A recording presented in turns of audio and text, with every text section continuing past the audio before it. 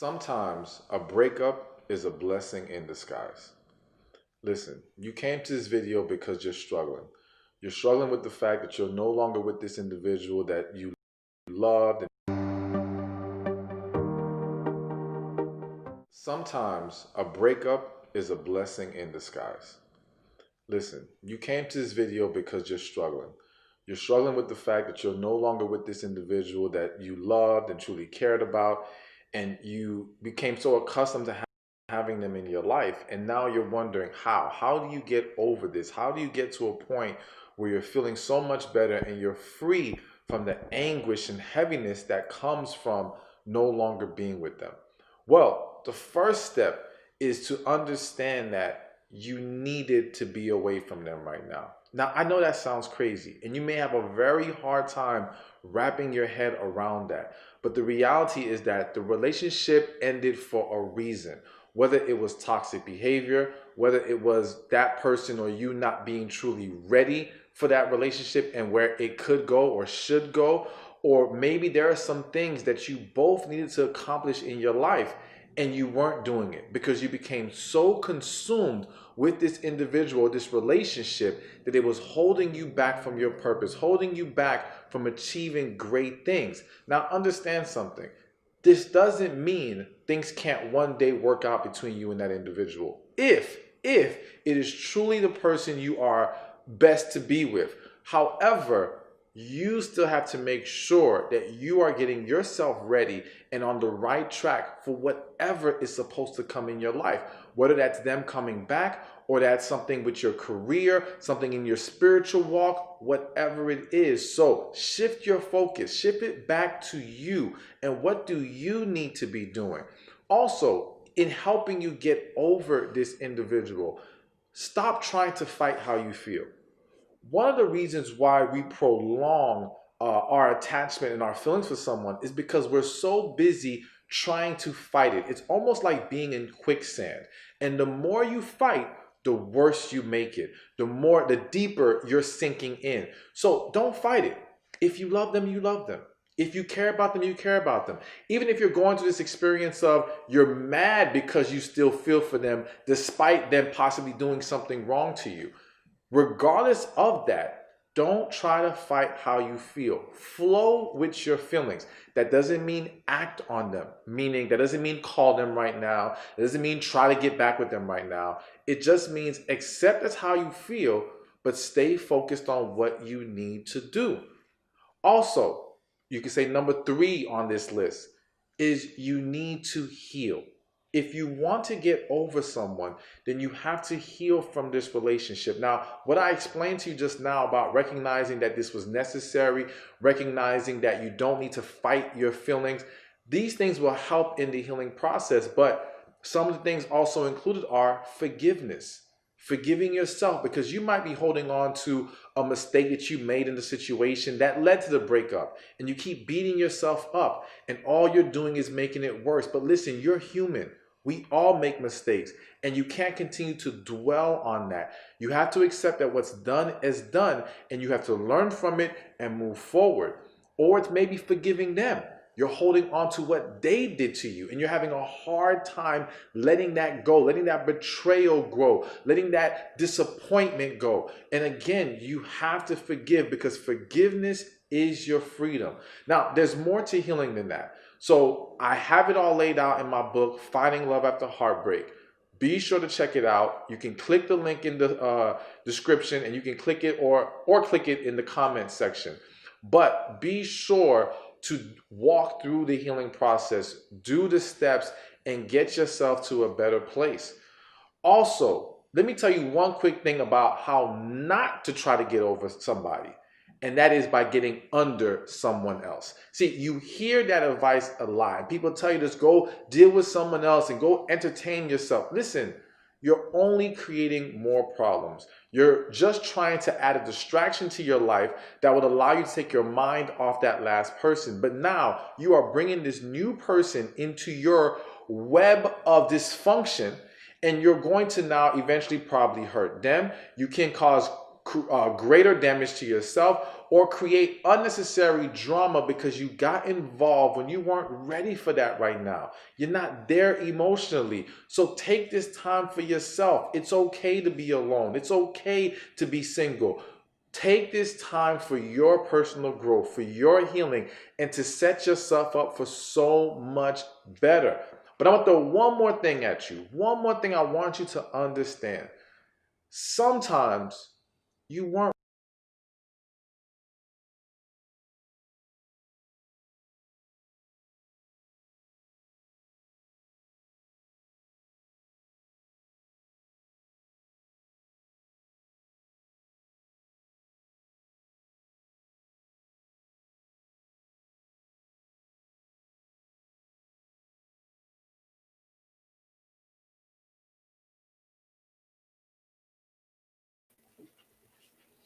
What up, what up, what up, our people? What up, good people? And we are back in the new year of 2021.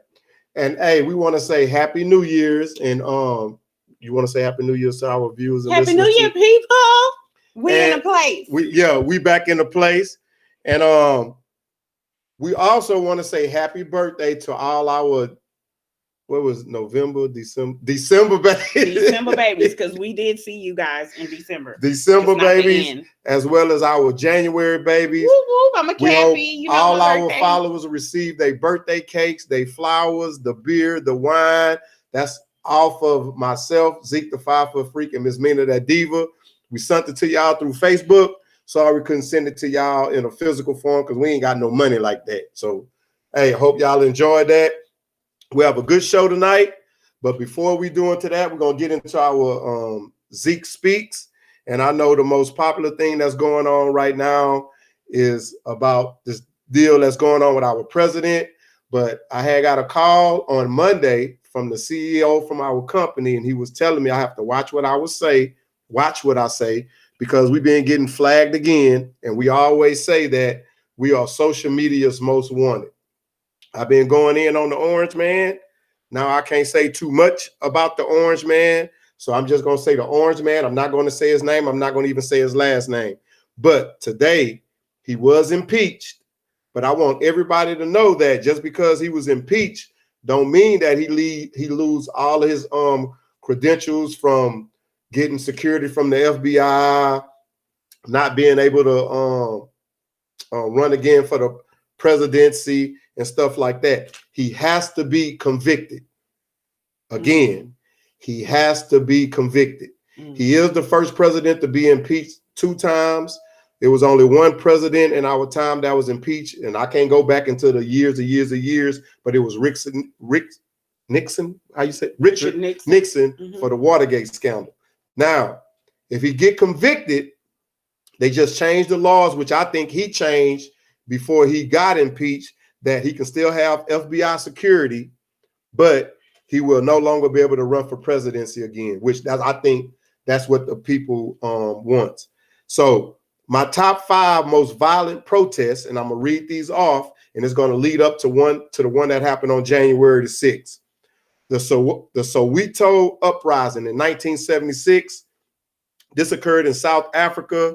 It was a couple of protesters, which was students, and what they end up protesting for, because the Dutch oppressors, which Caucasian people, wanted these people to learn their language, which these African descent people was like, nah, we don't want to learn y'all language. We cool with our language. We're not going to learn. We're not going to try to learn y'all language. So they went to protest, and during this protest, 176 people were killed out of 20,000, which we'll look at and say, well, the numbers ain't bad, but a life is a life. Exactly. A life is a life. Yeah, we glad it wasn't the whole entire 20,000, but 176 people lost their lives. The number 2 most violent protest was in Greensboro. I don't know the state, but this happened in 1976, and this was a KKK protest. This was a KKK protest in 1976. This protest was by anti-protesters that marched against the Klan, and they called their march "Call the Death to the Klan," which we all know the Klan want death towards people of darker color. Well, during this march, it was only 5 people killed. And I'm not just saying only 5 people killed like that's okay, because like I said before, life is a life. Only 5 people was killed, including a nurse and a civil rights activist. Then the third most violent protest was in Birmingham. It was in Birmingham, civil rights protest in 1962, who we all know Martin Luther King was in on that march. It was dealt by 5.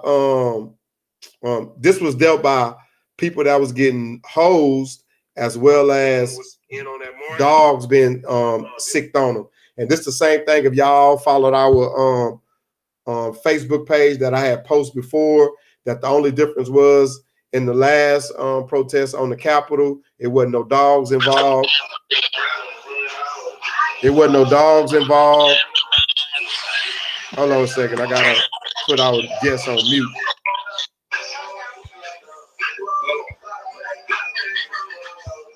It wasn't no dogs involved, and they wasn't getting hosed. The fourth most violent protest, it was at a police station. This was in Tottenham in 2011, and Tottenham is in London. Now, can y'all believe that it was a protest in London for us and for our liberty rights? But this happened in London. In the protest, an unarmed man, which was killed, and throughout that whole ordeal, a 16-year-old girl was attacked throughout that protest by their police officers. The number 5 is the Oscar Grant protest. They didn't list a year for this. Killed while it was another guy that was killed while laying on the floor by a police officer. The police officers tear gassed the protesters. 120 was arrested, but there was no death. Now, I don't know if this is going to ever be listed, but my 6th most violent protest was on January the 6th, and that was the march on the Capitol. And we all know what's going on with that march on the Capitol. 5 people was killed. One Capitol police officer, they said it was a coup. They said officers and government officials was involved in this march. And if you look at some of the video, and no, I'm gonna say the government officials and police officers was allegedly involved in this march, because they haven't been convicted, but a lot of people have been arrested. 5 people died, one being a Capitol police officer that lost his life. My prayers go out to all those families, as well as the past deaths throughout the years, which led to the impeachment of the guy whose name I can't say, because of our CEO of our company told me to try to be lenient on that. And they charging him with incitement of insurrection. Now, if y'all don't know what that means, it's an act of revolting against civil authority established by the government. That's our government. But Ms. Mina Diva, she may disagree because she feel like we're not a part of that government. They're going to make the laws or whatever the case may be. But still, that's what they charging him with. And the thing is, I don't think he'll do any time. But what they trying to get out of it is that he won't be able to run again. He'll lose all his government benefits. Right now, a lot of people that's involved with him are backing out, which is a great thing. They backing out of him. I just found out he was a big supporter of Chase, and Chase was a big supporter of him. Now they backing out of him. So this $360-something million loan that he once had, they fit to come back on him, and they want their money. Now, some of the things that's under this in what I said, incitement of insurrection, is plotting to stage an armed insurrection, which these guys was armed. Have you noticed they went into the Capitol building? Some of them had zip ties. Some of them had bulletproof vests on. Some of them had they firearms. Popular insurrection against police. This guy is a popular figure. He gave an announcement what he was saying, that we're not going to bow down. We're going to go in with vengeance. We're not going to give up the fight, and we're going to march on the Capitol. So he was basically telling them, these are all the things we're going to do. So now let's go march on the Capitol. And that was against police. And then the third thing, which it was 10 points, but I only jotted down 3, was plotting against the government, which he did. That's why they shut him down on social media. He can't tweet anymore. He can't go to that other one called Pleasure, whatever that one was. He can't go to that. He can't go to Instagram. He can't go on Facebook. They even banned him on TikTok now. And then what they doing, if it's a post that's insinuating that it's coming from him, from somebody that he knows, they shutting him down too. So I'm loving all of that. And I would think in the end, before this all done, his wife is going to end up leaving him because she's saying she can't afford to lose all her endorsements on the things that she's gained before she even married him. So that's where I'm at with that. And Miss Mina the Diva, you have anything you want to chime in? Because I know we have Miss Mina, what is it, 60 minutes, 30 seconds? Mina's minutes. Mina's minutes? Okay. My only thoughts on that is the only reason why I believe that we're getting traction or even something like this to happen is because he pissed the white people off. He did. And now they turning on him. And he scared them. And a lot of resignations are coming. Yeah, with them being fearful. Welcome to our world. And that's all I can say.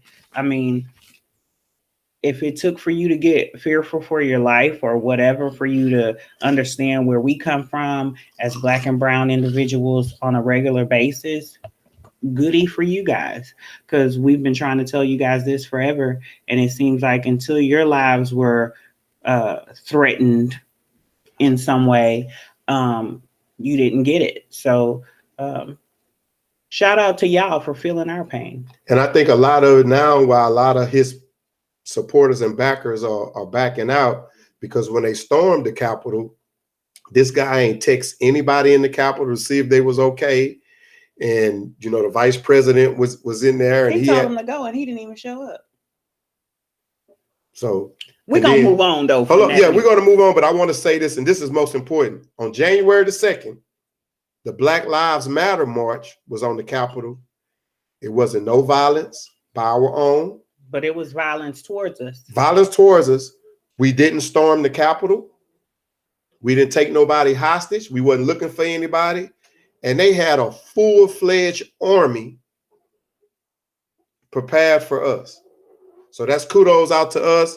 And the thing is, hey, gun sales is going up. So if you don't have a firearm, you need to get that. And I think one of the next things that I'm going to try to do is going to be under Zeke Freaky Tales with Miss Mina that Diva, is do another arms class. And we probably try to do that at Maduro's.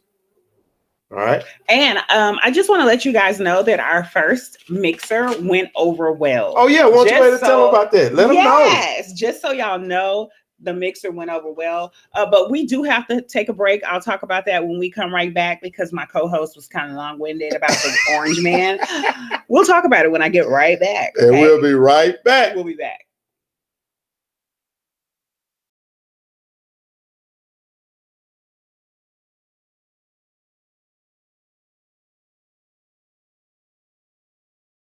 I'm riding down the street minding my own business, and I pass by Jaquay's Chicken and Waffles at 4312 St. Gore Street in Dickinson. And I see all these people walking around eating chicken with smiles on their face. I put down my window and ask somebody, why is everybody so happy? Brother gonna tell me, if you must know, brother, go inside and order a 10-piece dirty rice with a waffle on the side.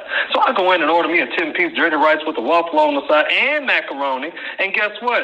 It made me happy. Man, that is the best chicken and waffles on this side of the Mississippi or the Beltway. Point is, go see my boy Shorty at 4312 at St. Gore, Dickinson, Texas, or call at 832-820-8560. Guaranteed to put a smile on that face.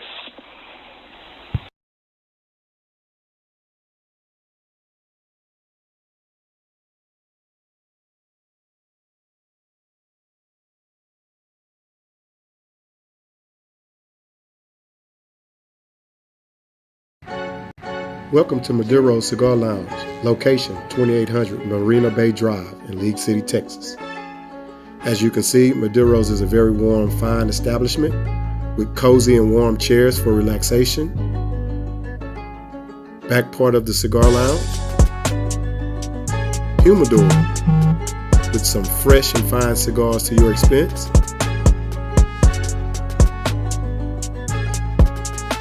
Maduro's also has a private cigar lounge, VIP status, cozy chairs, nice and warm.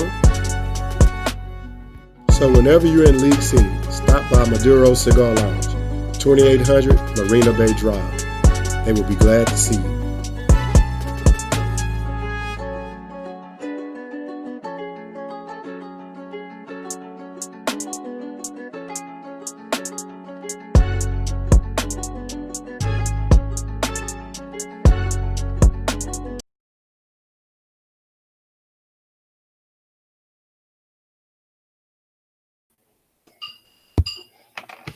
All right. We are back. We are back. I am Zeke, the 5 foot freak, with my co-host, Miss Mina that diva. And hey, tonight we have a good show that we're bringing in 2021. And we have 2 guests that we're going to have come on to the show, and hopefully they can stay on throughout the show. But if not, if they have to go, we do understand. And I'm going to let Miss Mina that diva introduce our show topic tonight. How to love again after a heartbreak. Why is it so hard to love after a heartbreak? I asked this question on my page. I posed the question, why is it so hard to love after heartbreak? Is it trust? Is it fear? What is it? We had a whole lot of comments on that thing, and let's get into it. What's up with love after heartbreak? My question is, do you think you can love after heartbreak? I mean, I don't think anyone wants to be single and wants to go through life without a partner. I mean, it's easier to have that partner on your side or what have you. The census, whenever we were taking polls or what have you, a lot of people said it was the fear. A lot of people said it was trust, and a whole lot of people said it was both. You don't feel like you can trust a person, not because they've done anything to make you feel that way, but you can't trust what they'll do because you've been in a situation to where somebody else has hurt you. And so now you're so guarded that you can't really trust a person to, I guess, trust the next person. So the next person has to deal with the baggage that you're bringing into your next relationship. And believe it or not, it's not just a woman thing. Men carry a whole lot of baggage as well. I agree. Well, let me read this before we go into that. I think, can you get back into love in a relationship after heartbreak? Yeah. I think it takes time. Some people probably jump into it too fast.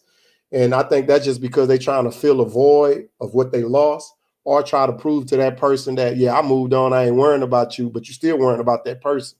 And then a lot of things you're looking forward to, I hope he or she is better than what he's provided, or I hope he or she is better than what he can do in the bedroom, or I hope he or she is better than the appearance that the person I was with before that didn't give me. And I'm talking about stuff like he may open the door, or when he opened the door and get in the car, she may open the door for him to get in the car. Or when you go to an outing, no, I'll fix your plate. What you wanted to eat? Well, he probably never got that, or she probably never got that.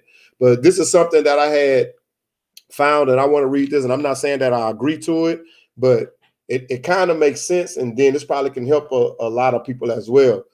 How to prepare for love after a heartbreak. First, best is falling in love. Second, well, they saying best is falling in love. Maybe you need to fall in love again, so you don't have to worry about the heartbreak that you just went through. That's fall in love with yourself or fall in love with someone else.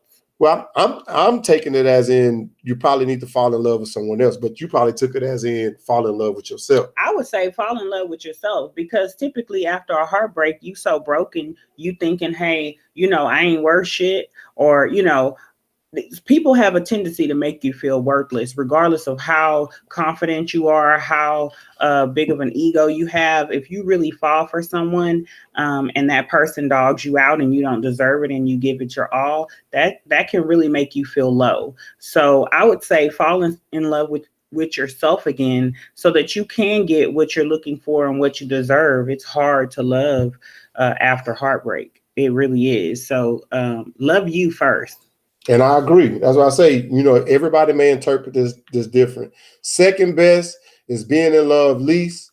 Being in love least best is falling out of love. So I guess I'm taking this as in you need to fall out of love with the person that you was in love with, so you can move on at best to be in love with somebody else. But in any of it, it's better than never having been in love, because always, like you just said, love yourself to feel everything, then left, and then feel everything and let it go. Let it go. So figure out what you are looking for, what you know your worth is, and believe it will happen. This was by Maya Angelou, and that was her thoughts on falling in love. Anything you want to go in off of that before we I agree. She said, allow yourself to feel everything. Some people have a real big issue with processing those emotions. And so that's why they carry a lot of baggage. Men and women carry a lot of baggage because they don't allow themselves to go through those emotions. That person broke your heart, break down, cry about it, process it, get through it, so that when you are over it and done and you've had your ugly cry and all of those things, you can move forward. Now, we're not rushing you through the process. Some people can get over a heartbreak in a year. Some people, it takes many years, but just be open to love, because real true love will outweigh that heartbreak 10 times over. I promise. When you find that real true love, if you had your heart broken into pieces, when you find that right person, that person will make you forget all about that pain. Well, with that being said, I'm about to bring in our first guest. Hey, this brother I had posted about our show, and he had reached out to me, and he was saying that he wanted to be on the show. He wanted me to hit. I hit him up, I think on a Friday, and he was telling me, "Hey man, hit me up on Tuesday so I can get all my material together so I can be prepared for the show." He can get his material but together. then on Tuesday when I hit him up with the information, he ended up calling me. Okay. Now with that call, man, me and this guy had, I'm gonna say, a 25 to 30-minute conversation, and he was saying that he liked what myself and you are doing. And he was saying I was just about to post something in my feed about the same deal, but I'm willing to come on your show, bring my supporters to your show, and do your show. And then with that being said, he was also educating me on, hey man, this is another outlet you can hit on to better your show. And that goes back to each one, teach one, and teach one. But I have to bring this brother on, and hopefully he can hear me. I'm trying to bring him on. Oh, okay, here we go. I sure can. Can you guys hear me? Yes, sir, we can. All right, how y'all doing? I'm James. Hey man, we doing good, man. Hi James, how you doing? I'm Miss Mina, that diva. All right, how you doing? We good. What's up, James?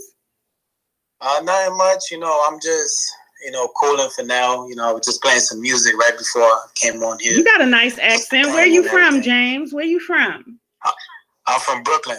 Brooklyn in the house. That's right. What's up, James? We like that Brooklyn accent from the Brooklyn Bronx. Hey, say James. Hey, before we get started, man, I'd like you to let everybody know. You already gave us your name. If you'll do that again, where are you from? You just said it. Well, okay, but we just introduce yourself again. Where are you from? What brought you to the show? How myself? Can we just go into what he like? Okay, well, go ahead. Just tell us what you comment on the topic. We know you from Brooklyn, James. We want to know what you got to say, brother. No, we could start all over real quick. Just to let everybody know, my name is James. I'm from Brooklyn, New York. I'm a motivational speaker. I also have my own podcast. I did. The topic is very interesting because this is something that I put out myself, and I try to educate people on this. I don't want to project any information I have onto other people. I'm just trying to help people look at life from a different perspective, especially when it comes to love, because we out here making mistakes and we're not learning from it. And if we don't learn, we're gonna only repeat what we're not repairing. Absolutely, so, absolutely. This topic is is right up my alley. So, and you know what? A lot of us don't talk about it, and that's my favorite catch line. Let's talk about it. So, I feel like in our communities, we need to start having those hard conversations in order to heal. Exactly, I definitely agree. To answer the question, how to love again after a heartbreak, I think it comes down to three things: your singleness, right? Knowledge, which is you need information on love, because we have the raw materials when it comes to love, but we do not know how to use the equipment. And three, the mindset. We have to change our mindset before we get into another relationship. If you don't do that, you're going to pay the price later down the line. And one thing I like to tell people is that our relationship with other people is only as strong as the relationship we have with ourselves. Absolutely. So if you don't have self-love, You talk then about that all the it's a time. wrap. Right. You know, so I like to tell people that too, because it's like most of the time when we go through these heartbreaks, we join a relationship as soon as possible, hoping we can find that healing or that completion within that relationship. But it's not fair to that partner, because now you're bringing in baggages that your partner has nothing to do with. Right. You know? Right. And that's a huge problem in the community. So can you briefly touch on all three of those points that you made? You said, what was those 3 points again? Your singleness? Singleness. And the second one was? Singleness. The second one is knowledge. Third one is mindset. Okay, so what's your point on singleness, real quick, if you could give us a little brief? Sure. Now, I'm someone who reads the Bible. So when it comes to singleness, I refer it back to the scriptures. You know, as they say, love your neighbors as you love yourself. Preach, brother. The Bible never said to love your neighbors first.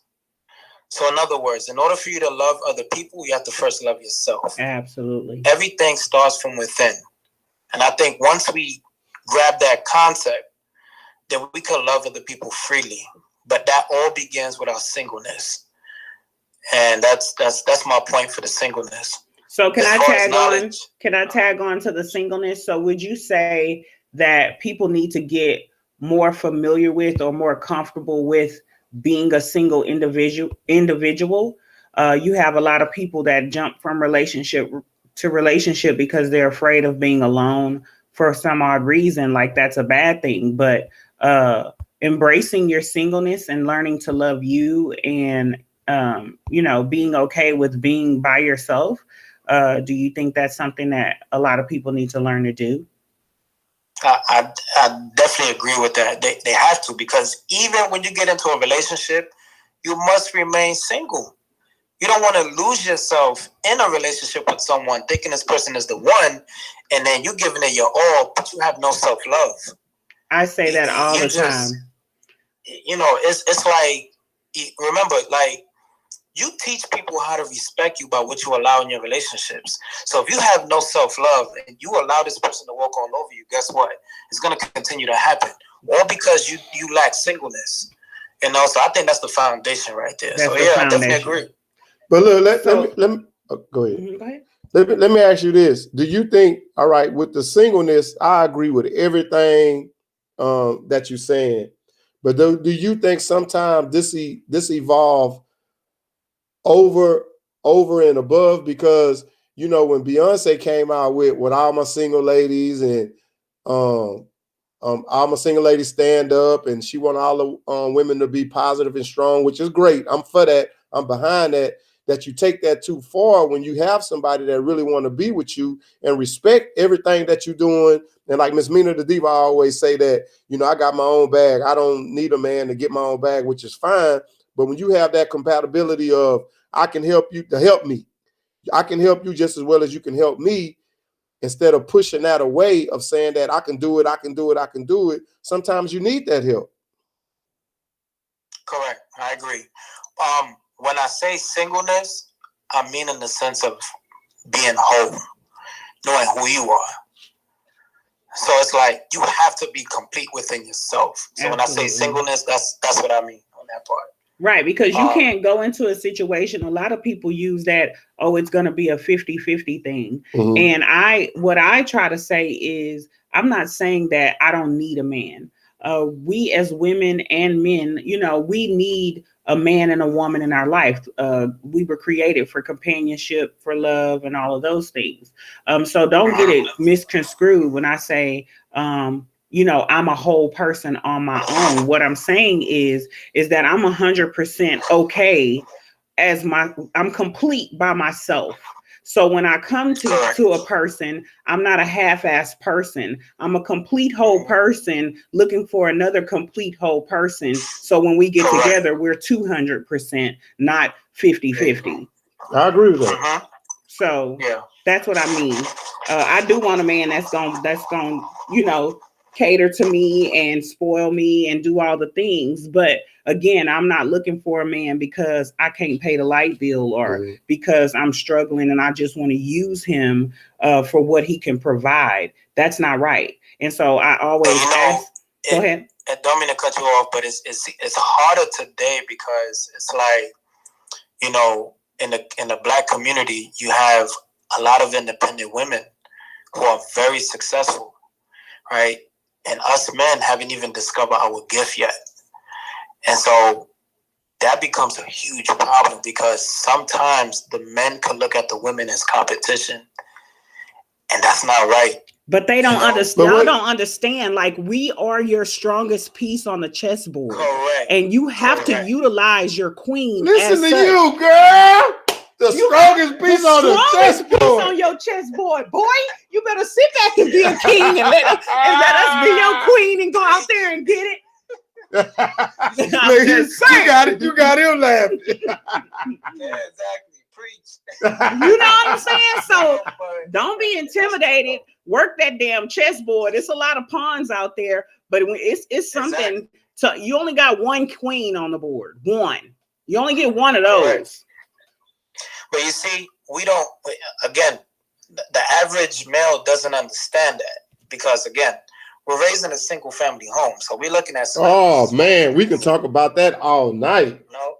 So it's like because of that, you know, we're looking up to the wrong people, and we thinking having 5-6 different women is the actual wave, but it's actually causing us a lot of problems, and we hurting our women.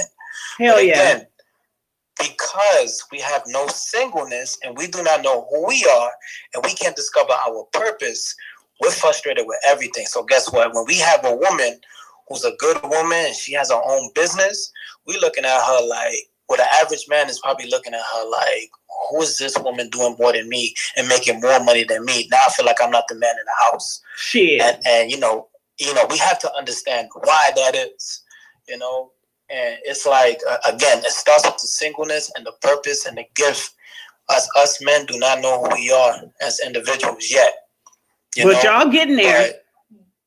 We are, you know, and you have women who encourage the men, of course, being a helpmate, you know, but by all means, it's more than that. I think that's at least my second point, knowledge. Yeah. We have to have knowledge of love. Yeah. You know? It's a battle. It's a battle right now. But you know what? It's hard trying to love a man and try to convince a man that, hey, you know, I'm not what you're used to, or I'm not a repeat of your past. Trying to love men through hurt. Women will jump out there 10 times over and get their hearts broken 10 times. You know what I'm saying? But a man, if he gets his heart broken once or twice, he's really afraid to get back out there. I don't know what that is. So but you know what, James, and what I want to say on that, and for those who's following us on Facebook and YouTube, if you ever go to Stationhead, you can follow him. He's Nesta0086. That's NESTA. But when you said knowledge of love, a lot of times in the education of it, if in the African-American community, 80% of kids that are raised, whether it's female or male, grow up in a single parent home. So where do you get that knowledge from? And then on the group that we in, we had one of our followers in the group to pose that question. And I say, sometimes you have to look beyond your family. If you have an uncle that's been in a marriage for 20 or 25 years, ask them questions. Because it ain't always hunky-dory. They go through ups and they go through downs. Or if you have a coach that you follow in your school and he's been with somebody for 70 years, go ask him them questions because he or she is that mentor. I think they are obligated to be able to tell you that, look, just because you see my wife or my husband at the game supporting me and we holding hands, it ain't always been like that. We go through our ups and downs. So we get misperceptions of how a relationship is because we've never been educated on it or lived in a household where we see it. Correct. I definitely agree. And, you know, because of that, it causes a lot of destruction in the homes. And we don't know where we're going, you know? And we think love is like hurting their feelings and then working off of that hurt. You know? What you mean when men think that it's hurting feelings and then working off that hurt? Correct, because they some believe in the concept of, you know, put your ass through the ringer. I'm gonna drag her. Mm-hmm. I say that all the time. Y'all drag us through the mud first, just to make sure that we're loyal and just to make sure we're gonna stick around and we're gonna go through the trenches with you. There you go. But hey, hold on, Miss Mina, that diva. Like I'm not gonna let you drag my fellas too, because women do it too. Because a man could have hurt you so much. And you gonna do so much to see. I want to see if he really love me. I'm gonna show up at this club. I'm not having sex with this guy, but I know his friends gonna say, "Oh, Mina was in the club with Zeke the 5 foot freak." No, we only do that after you fucked up another. You see what I'm saying? You see what I'm saying, Jay? You see? No, hey, man. No. Let's talk about it. Hey, I got one of the best hosts in the world. Cause she give it real.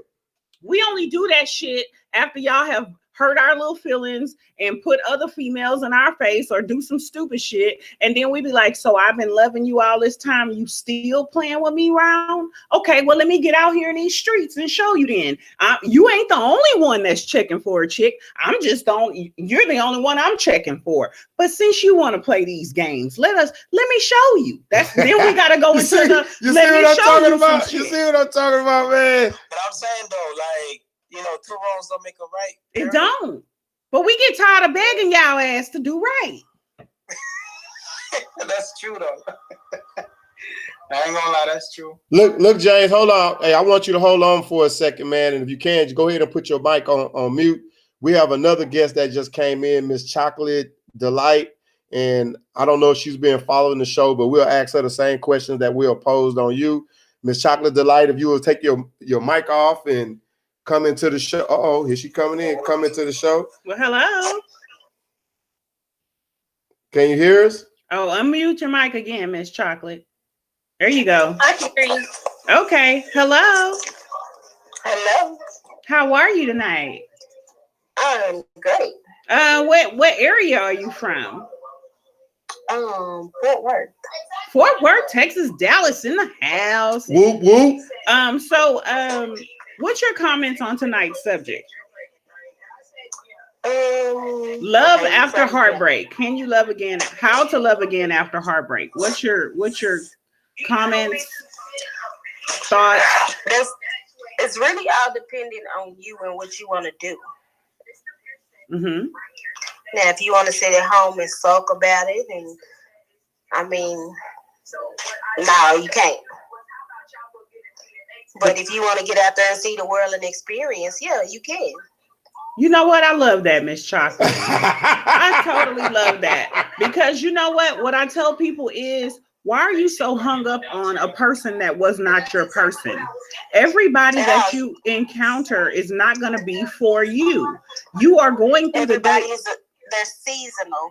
You have to season them just like they season you. Okay, now hold on. But see, I disagree with that, because Miss Chocolate say they seasonal, but if me and you was in a relationship, Miss Mina, that diva, and we looking to be one and whole and impact, I'm not looking at it being as a seasonal thing. I'm looking at it to be a complete and an ending thing. Like, we're going to be together. But what so do you go into the relationship saying, well, I may be with this guy for 2 or 3 months and I'm going to move on? No. He was just for the month of December? No, you go into it with an open mind, you saying that, open mind. You know, you're not gonna go into it, oh, hey, he this, he that, and I'm going to put him on this pedestal and that pedestal, because then when you put him up there, you're not going to get out of what you're looking for.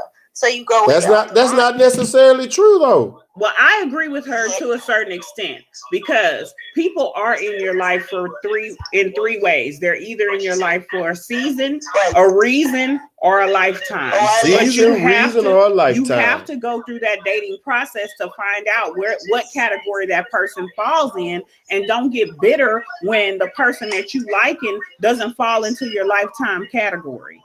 Okay. Yep. Okay. Yep. Can you agree with that? I agree with that. Okay. Yes. So, Miss Chocolate, are you currently in a relationship, or are you single and dating? Situationship. Okay. Situationship. Is it an entanglement or is just situationship? Miss Chocolate Delight, can you give me the definition, your definition of a situationship? Because I don't know what the hell that means. Oh. Be careful, girl. Be careful. Let me see. You in these streets, girl. Be careful, girl. It's kind of you do you, I do me. We get together, we do we. Whoa! Now, when you say "do we," is it the "do we" with you? That's the definition of a situationship. Okay, but is you do you, she do her, and when y'all get together, y'all do y'all. Oh, I thought it was the "do y'all" like you can involve the other person in the "do we." Well, I don't know about all that. She ain't say that part. Well, she said we do we. We didn't say all that part. Oh, okay. Well, I was just asking because some of the listeners probably that sounds like a friend with benefits to me. Oh, we did a show on that. Yeah, that sounds like friend with benefits, but you know, that's just my thoughts. Okay. What do you think, Miss Chocolate? Yeah, pretty much. Yeah. It's about pretty much. Yeah, but y'all don't bring any stress or headaches to each other because y'all doing y'all when y'all doing y'all. Because I mean, what are you stressing for? If something doesn't belong to you, there's no point in stressing over it. Okay, but my thing is, will it come a point in time when your feelings and your emotions get involved, and then you want to start questioning, like, okay, where we going? I'm tired of doing the you do you, you do me, and we do the we. That's when you have that conversation with that person. But if that person is not having that same with you, then hey, time to move around. You can't force it, right? Yeah, you can't force nothing. Right. Okay. Well, look, Miss Chocolate Delight. The more you try to force something, if you push it and they're pulling, one of y'all gonna let that rope go. Absolutely. I'm big on letting the rope go because god dang it, I ain't gonna fight it. Me neither. I ain't gonna quit. I'm gonna try. You get rope burn. Hell yeah. So if I keep pulling, I get tired and let go. It's gonna burn my hand up. Yeah. Well, thank you for your comments and your thoughts on our topic. But look, we don't want you to go nowhere. If you can, we want you to stay on the show. We're gonna bring Mr. Nesta 0086 in, and we're gonna go into some more questions, and that way y'all both can come in and out if you want to answer the questions and stuff like that. Okay, I'm gonna be on mute because I'm helping with some homework right now. So, but I can still hear y'all. Okay, girl. All right. Look at that. Look at that mama doing her thing. See what I'm saying? Some good women out here. Hey, we got to. Some good women out here. What's in school these days? They not teaching these kids nothing. They just trying to pass by the corona. Okay. The pass by the corona. Well, Mr. James, why don't you come back in, brother? You can unmute your mic. Miss Chocolate, if you mute for us. Can y'all hear me? Yes, sir, we can. It's my first time using this app, so I never even heard of it. Hey, man. Hey, each one teach one. I was telling Miss Mina that diva how you was educating me yesterday on some new stuff, but we'll get into that when we off the air, would not. Hey, now I have a question. Can love come back after a breakup? So with the same person? Yeah, with the same person. Oh, so you go through this turmoil with the person, and then you take them back. The reason why I asked that, we didn't even give James a chance to answer. No, I'm just asking for clarity of what you asking. Is that what you're saying? Yeah, because the reason why I asked that, throughout social media, I seen a couple that they was married for like 10 years. They divorced for like 13 and they remarried. Oh.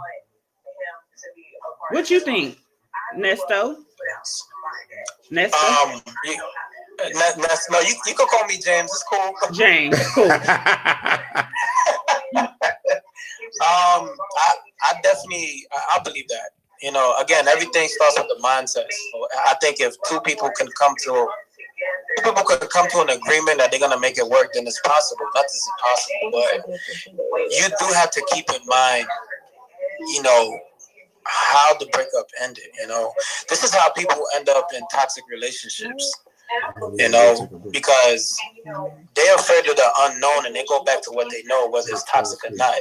They're willing to settle with that person and make it work just because they've known them for years. And I think that's a cop out, So again, if you have a positive mindset, you could make it work with that partner. You know, I'm definitely not against that. Yeah. Miss Chocolate, put your mic on mute for us, please. Oh, hold on, nigga. So I have a couple comments from the topic on my page. And some of the fellas, you know, it was mixed reviews, but some of them had, you know, lots to say. One of our guys said that when asked the question, why is it so hard to love after heartbreak? Is it trust or fear? One of our guests said it's both, but it's really sad for the new person coming into your life because you always have your guard up and really never let the new person in, no matter how genuine or sincere the new person is with you. Being hurt in the past, you always look for those certain signs that the bad ones had in your past relationships. They could actually be your Mr. or Mrs. Right, and we tend to ruin it. I agree with that. I agree. And I agree. I actually have a testimony on that, actually, because you know, I grew up in a single family home. Okay. So I didn't have a male role model. So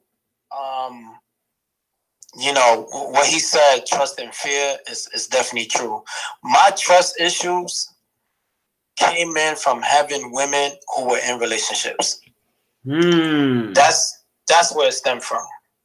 So it's like I would have all these women and all of them would be in relationships. So then you were actually broken because then you're out there dating unavailable people. And then the thing is, I wouldn't even call it dating. It's probably like a business transaction, and that's it. Hey, James. Like you James. Say, hold that thought. Let us take a break right quick, and then we'll come back. We need to get into that. So we got. So hold that thought. Don't forget that one. Let us pay some bills. We'll be right back.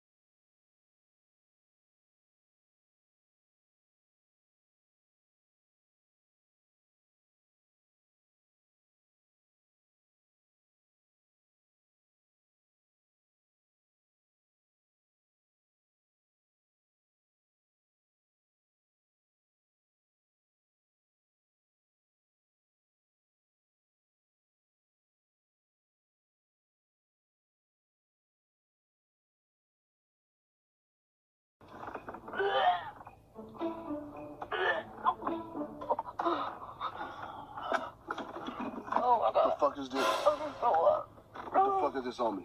I just threw up. You ain't never just throw up on my motherfucking face. I'm telling you right now, bitch. You ain't throw up on my face, on my mouth almost. I'm telling you right now. What the fuck is it? What the fuck? You got me fucked up. You got me fucked all the way. I'm telling you right now.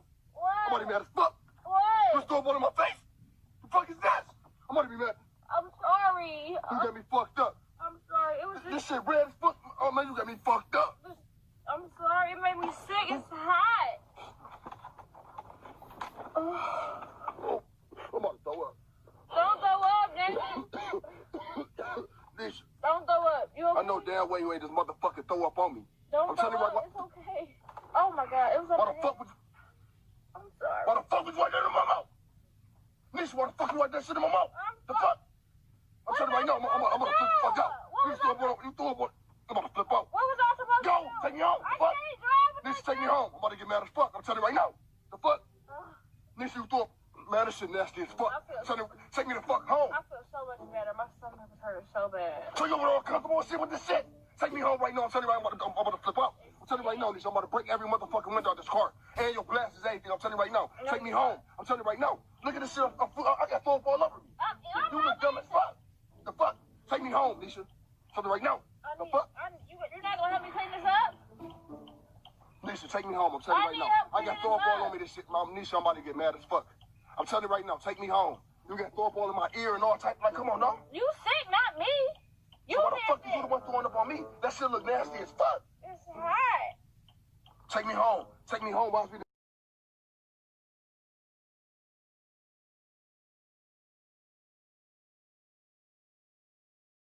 This nigga, you ain't no soldier, you gon' hide and cry.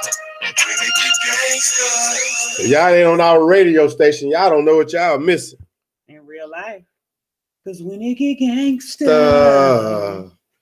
Well, we are back. I am Zeke, the 5 foot freak, with my co-host. Miss Mina that diva. And tonight's show is on. You want to go ahead and give it to him?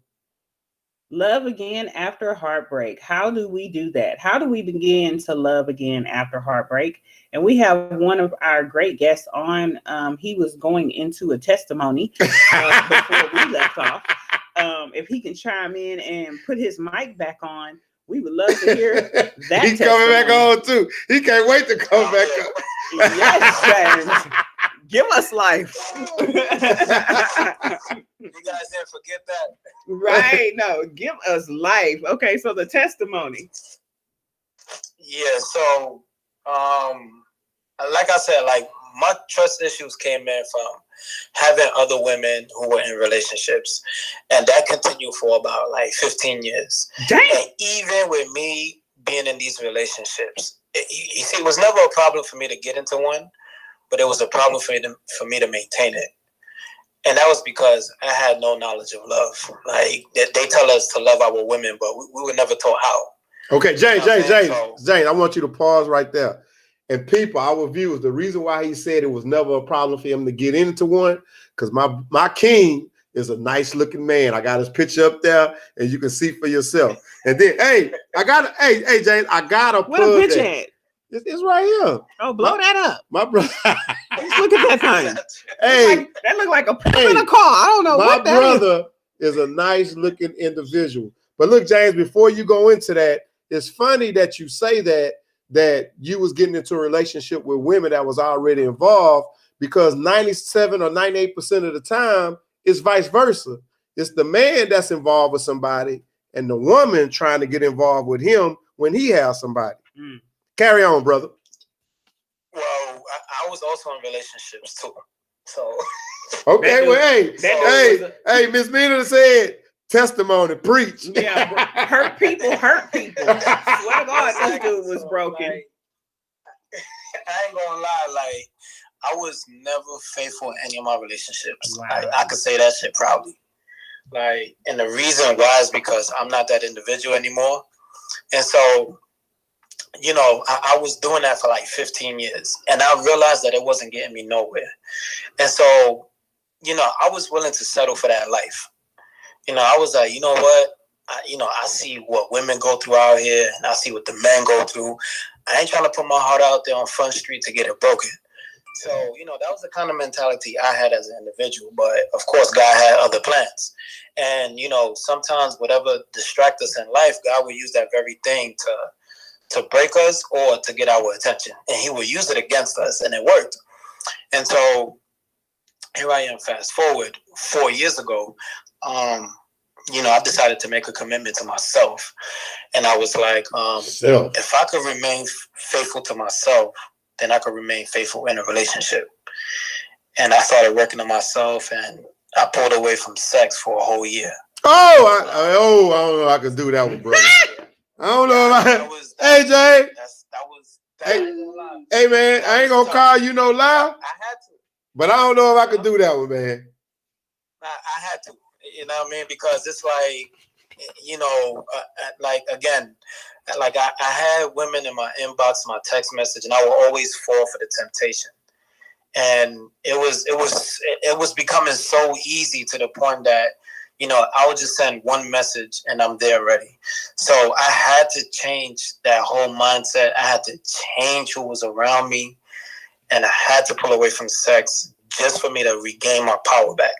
Good Googly movie. And it worked. Right. So what I started doing was I started writing down the woman I want.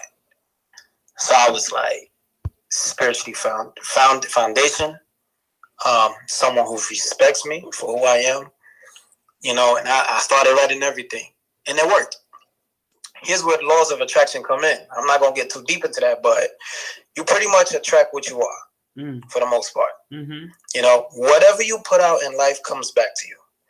You can't sit here and say you want a good partner, but you out here doing foolishness, because you're going to attract a person who's not meant for you. And then when that happens, you're going to blame everybody else for your problems. Except for yourself. And realizing that you're putting that out.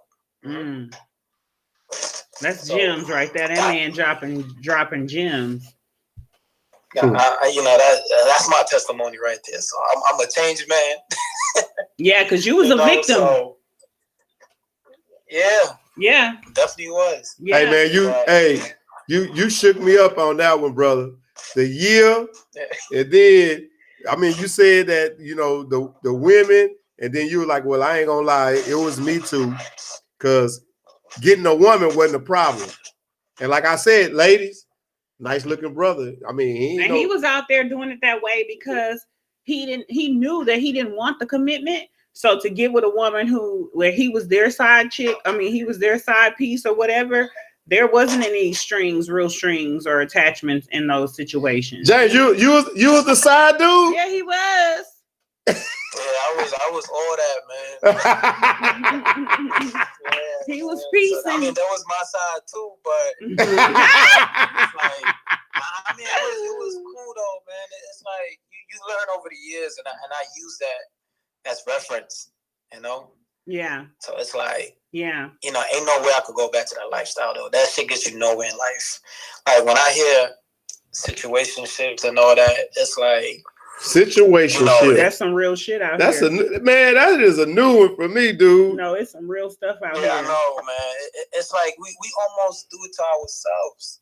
We afraid of love so much that we willing to like get involved with someone with no commitment just to protect our feelings. Yeah. Now but the heart was meant. I'm not gonna, and this is kind of cliche, but listen, I'm not saying that you should put your heart out there to be broken, but the heart can mend. You see what I'm saying? So even though you guys are afraid, or we're all afraid, and we can't live in that fear, because the heart is meant to be broken. Not just in love, but on so many levels. Your children break your heart with the shit that they do. Life breaks your heart with how it comes at you. The heart will mend. It's our brains that have to get out of the way of our heart. We're trying to feel with our brains and rationalize those heart feelings in our brains, and we need to stop doing that. Just let that shit go. Correct. And mend. Yep. And this is something that I take home, and this is what I tell people. Like, a lot of people don't agree with me, but it worked for me. It may not work for you, but this is something I learned. Like, we keep mistaking love for feelings. That's the problem right there. Love has nothing to do with emotions. I understand it. It feels good. It's a good feeling to feel good, but you have to separate the two. Because if you don't do that, you're going to end up responding with your emotions and not principles. You see what I'm saying? Right. And feelings are emotions. Emotions are chemical reactions that are constantly changing. Your emotions could change every 5 seconds. Hell yeah, they So can. for you to say you love this person based on your emotions, that's not real love. Because love stands firm. Love doesn't switch back and forth. Now, again, love is a choice. You choose to love. You choosing this individual to love. That has nothing to do with your emotions. Because your emotions could change at any time. Mm-hmm. How you think men are able to cheat without feeling guilty about it? Because our emotions just change that quick. And we could put our emotions in our pocket and we could go out and just cheat with no problem. Now, here's the problem. We get caught cheating, and the first thing we say is, I'm sorry, I didn't mean to do it. Please forgive me. Now, what he's trying to say, in other words, is I have the raw materials when it comes to love, but I do not know how to use this equipment. That's all he's saying. Mm-hmm. And again, that's where knowledge comes in. You have to understand what love is. And when you have that knowledge and discernment, then you're good. Hey, if you can give us one. Oh, go ahead. If you could give a what? Hey, this is free. What they call it? Free game? No. This ain't free game. He's giving you if you need to therapy. If you need to come and lay on his couch, well, it's virtual. It's your free session from right Stationhead here. is Nesta 0086. My guy James is giving it to you because if you haven't heard it from, look, and a lot of times we hear it from women, but you hearing it from a brother. Okay. A strong brother. Yeah. So give us one suggestion, if you can, strong brother. If you can give us one suggestion as women in trying to love a broken man, what suggestion would you give to a woman who wholeheartedly wants to love a man who has been broken? What would that suggestion be? I wouldn't suggest it. God damn, Jay. Brokenness need love. Hey, man, you got to work with us, dude. You going to give all this education and then say, I wouldn't suggest throw that nigga in the trash. I'm not saying that, but I won't recommend it because he needs to be by himself. He needs to he cannot enter, a woman cannot enter a man's life while he's broken. He has to heal. Because if he does not take the time to know who he is and what he wants and to heal, then he could take that woman for granted. Right? Yeah. She builds him up. She helps him become a better man. Guess what? He gonna leave him. Because she's been there. He could turn around and be like, I never asked you to be there for me. Yeah, he gonna leave him. And he could do what he. So, that's fucked up. When I was broken as an individual, I didn't want no woman around me. None. Because I knew it was going to cause problems. So I wouldn't recommend it. I wouldn't recommend it. Damn. That he has to heal first. He has to heal. And then, I think because we so afraid of being by ourselves, that's the problem. But he has to go that route. He has to. Wow. And I think, and that goes both ways, man, because, women don't want to be by themselves. They rushing, and I'm not just picking on women because it's the same thing for the men too, before y'all get this misconstrued. But we so quick to say, I have somebody, but you ain't really into that person. And then we fall for false images because just because she's beautiful, just because she's fine and she got that body figure, she's probably not everything that you want behind closed doors because she's dealing with her own demons and things that probably happened and pursued with her. That's that honeymoon phase. Yeah. For real. I'm glad you said that. Now let me ask you this, James, Nesta 0086 on Stationhead app radio. Yeah. How long do you think it takes for somebody to be in a relationship to know who that person really is and to say, let's get past all of this. I want to marry you or propose to that individual? You don't put a time frame on that, but what I'll tell people is if you really want to know an individual, you never judge them by what's working for them, because anybody could be in a good mood when things are going in their favor. You judge that person when things are not going in their favor. That's how you get to know this individual by their character. Right. So I don't care about none of that honeymoon phase. I don't care how good you look. I don't care how much money you have. Let me see something not go in your favor, and let me see how you're going to respond to that. That tells me everything about you.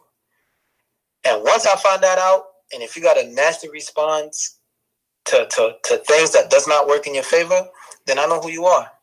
Okay, now this is my thing. This is what I always say. And me and Miss Mina, that diva, we disagree to agree. But my thing is, in 6 months, in a 6 months time, I think I kind of know who you are, what you really want, where we going, and what it can be. So for a man, or I'm saying for men. I'm speaking for the men. If I'm wrong, men chime in, but we know they don't do that because they be scared. But anyway, because in 6 months' time, I gotta learn your hygiene, the way you move, if you want to work, if you got a job, if you got kids, if you're taking care of your kids, if it's a male, if he's in his kids' lives. Not that I mess with men, I'm just saying male in general, because I don't want you to misconstrue that, Jane, because then we'll have a problem over the radio air. But anyway, it's something wrong with my co-host. If y'all ain't caught on to that by now, I don't know what. What are they doing? Because the thing is, I've been with you for 6 months, and if I'm a male and you a female, but I ain't bringing the kid around to introduce you to my daughter or my son, what are you hiding? Or I'm not good enough? Or we've been around for something else going on. You guys, exactly. Other people, and then we're around for 6 months. It's a time for me to meet your baby daddy or your baby mama, to let them know. First off, it's gonna give reassurance to me that I'm not fucking with this individual. It's all about you. And then it's giving me clarity to knowing that, hey, I know you really got my back. Hey, brother, I want to meet you. Now, if the brother come off, I don't want to meet you, whatever, then I'm going to handle that accordingly. But the thing is, dude, this is my girl. I really love her. I don't want us to have to go out of town or whatever the case may be. And your child, which I got to assume is my child too now, that he or she can't go. Yeah. I mean, 6 months could be a long time too. Oh, yeah. So what should it be? 2 months? 6 months or half a year, Jane? I'm just saying, again, you don't want to put a time frame, but it's the minute something doesn't go in their favor, it tells you everything you need to know. So it's like, I could skip all that part. I could skip the 6 months. Because anybody could tell you anything. You got to put that to the test. And, you want to test a person's character. Yeah, because I really, hey, I'm pretty sure a lot of these women testing your character on that goddamn year without sex too. Because goddamn. I'm not even gonna lie to you. You know what's the biggest difference with that? Like, before I went that route, the women who I was attracting were toxic because I was a toxic individual. But the minute I pulled away from sex and I wanted something serious, I had women who wanted a committed relationship with me all in the inbox. So that temptation was crazy. And they saw my character by what I was putting out. But I just made the choice and not take it there. That's all. Yeah, because we can see the greatness in you guys, even when you guys can't see the greatness in yourselves. And that's why I was like, and that's dangerous for women though, because half of the time y'all fall for the potential. Oh, they fall for the potential. That's them great warm-ups in that print that you talked about, Miss Mina, that deep. Hey, James, if you can see her blinking her eye. I got one question I want to pose. One of our viewers that's watching us live said, you can learn their hygiene in the first week. True story. Because, and you know what, that is true, because you know what, man, I ain't gonna say my hygiene was bad, but I probably would come in the house, take my shoes off at the door and didn't put them up. But when you meet a good woman, a woman will be like, you come inside, take your shoes off at the door. She ain't ridiculing you or criticizing you for what you're doing. She may pick them up and go put them up or whatever the case may be, trying to teach you the tendencies of what you need to do. And a lot of times out of habit, once you see that and you continue to see that, you start taking them motherfuckers to the closet yourself. Yep, exactly. Yeah, you gotta train your I animal. think that's Yeah, I mean, women do that, man. Oh, did you just hear what she said? You got to train your animal. Oh. I mean, you got to. You can't just let it. He said, "Ooh." You can't just let the animal run amok. He said, We're "Ooh." lions, though. We're lions. You know what I'm saying? Hey, but look, King of the jungle. Jay, we not gonna take no breaks. We're gonna go all the way through, brother. And I really appreciate you being on our show. And I'm pretty sure we're gonna invite you to many, many more. And whatever you got going on, please invite us so we can come on, man. Because now we family. You in our podcast family now. I appreciate that. Okay, now because I got a podcast too. So okay, yeah. And, hey, we gonna pub yours. We gonna tag yours. We gonna do all of that. But look, now I got some things that I wanna present to you. Hold on. Somebody said don't train the other without training yourself. Well, obviously, if that I'm came the from trainer, State I've been 370 trained. Shaw. That's right. Okay, but look, I can't even see these comments, man. Oh, you looking at the comments too? Oh, I see now. Yeah, I just had pulled them up, I man. don't know how to work this thing. That's why. Hey, you all right, brother? We're gonna pull them up and we're gonna read through them, but it was only 2. But let me ask you this. So you don't think we can heal together for real? Because you just like the broken, the people who have been broken, just throw them in the trash, right? But if they've been broken and we're trying to move forward, you don't think we can heal with each other? Because we all been broken.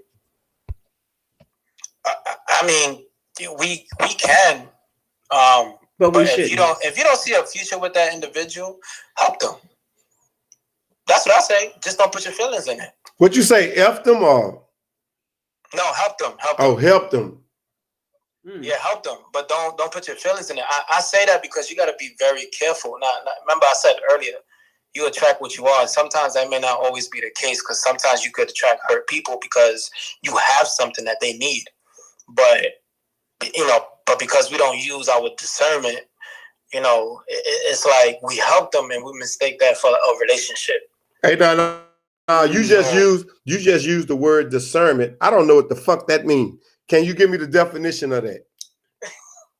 Well, it's like knowing. It's like following your intuition. You know this person is a good individual, and the Holy Spirit is directing you in this direction that you should follow it, or you shouldn't follow it, or you know this character just by what they're doing. Like you know that automatically. All right, man. Hey, man, don't be using them old sophisticated words, man. I don't know what all that shit mean, man. He not a full idiot. I promise. So, ain't no big word. All right, look. Now, Jay, let me ask you this. I have 8 tips for dating again after a bad breakup, according to the Vida Consultant experts. Who that? VIDA.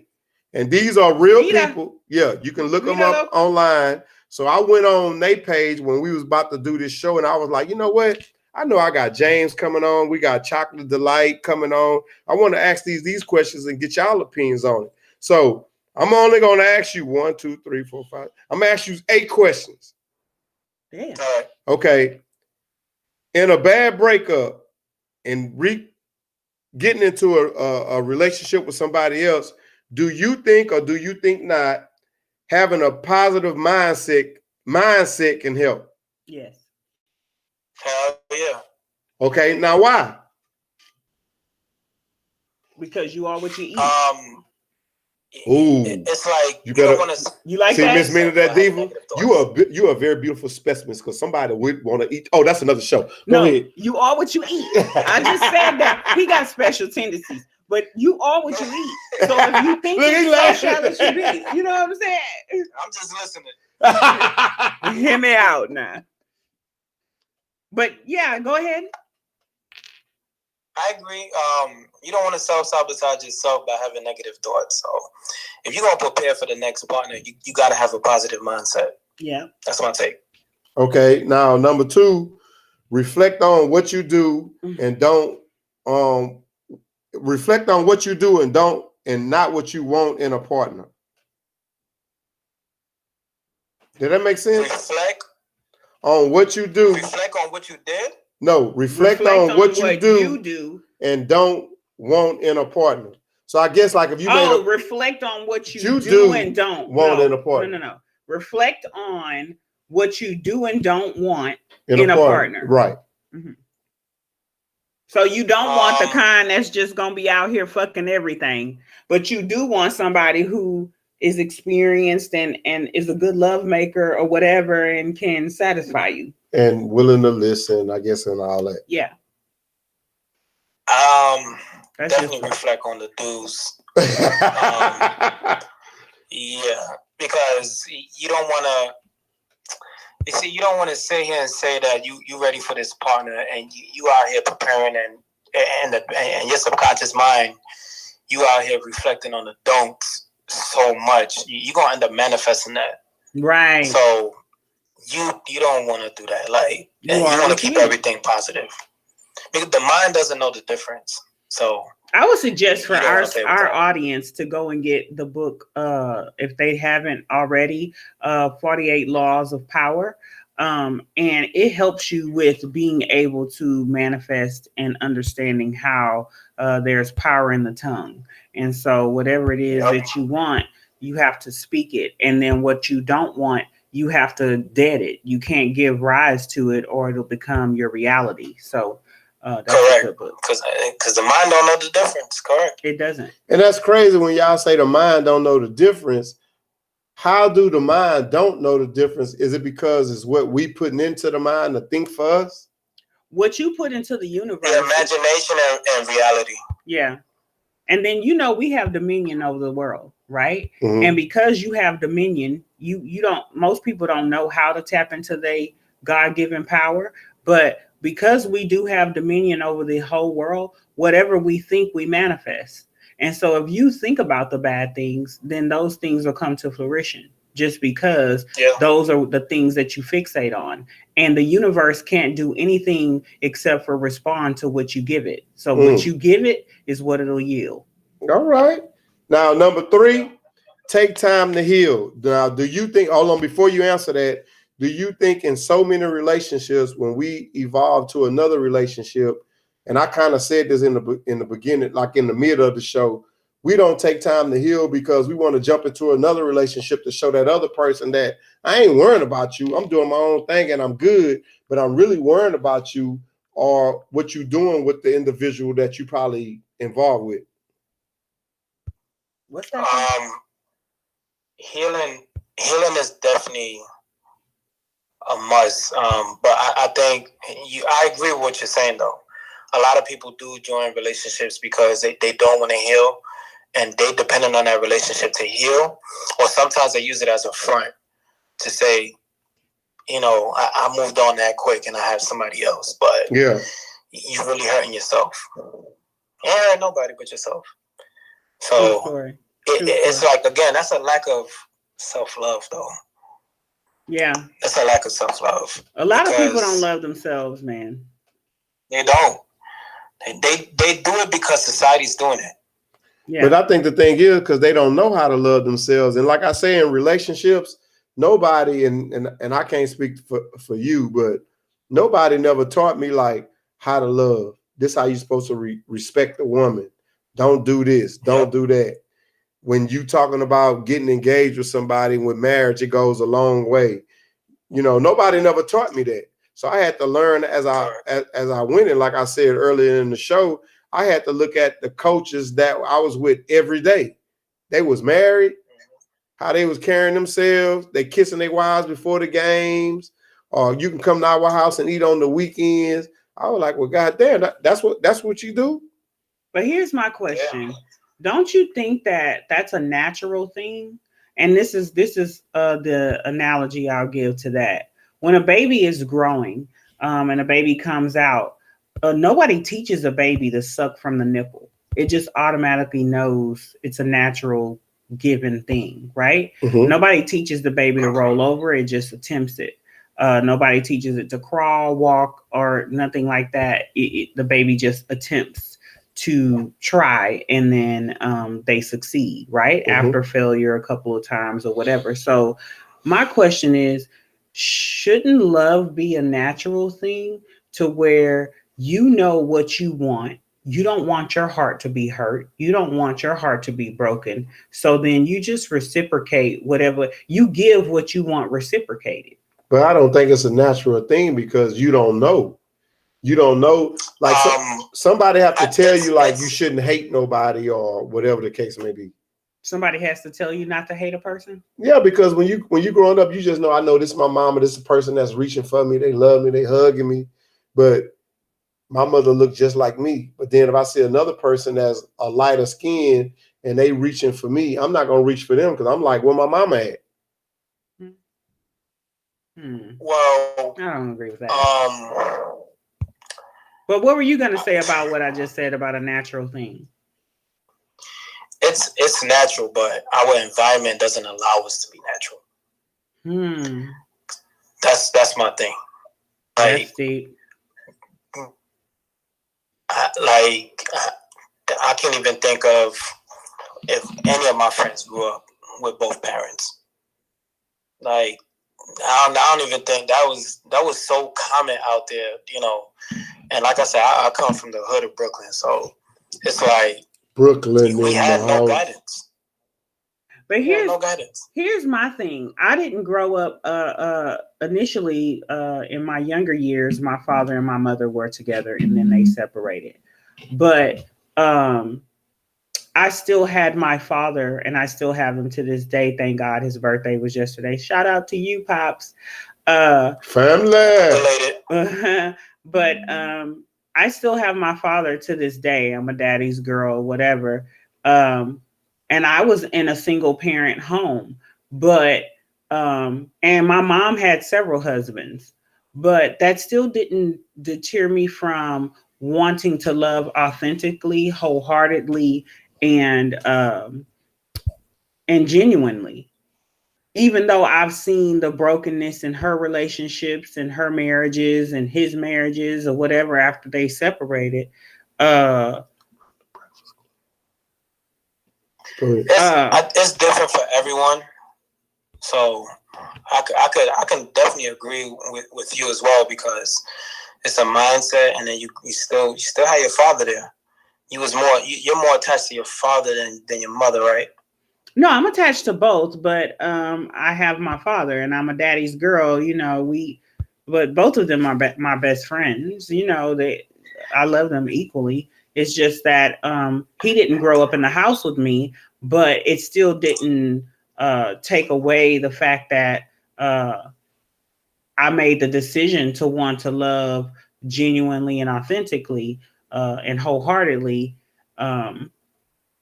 in my adult years. You know what I mean?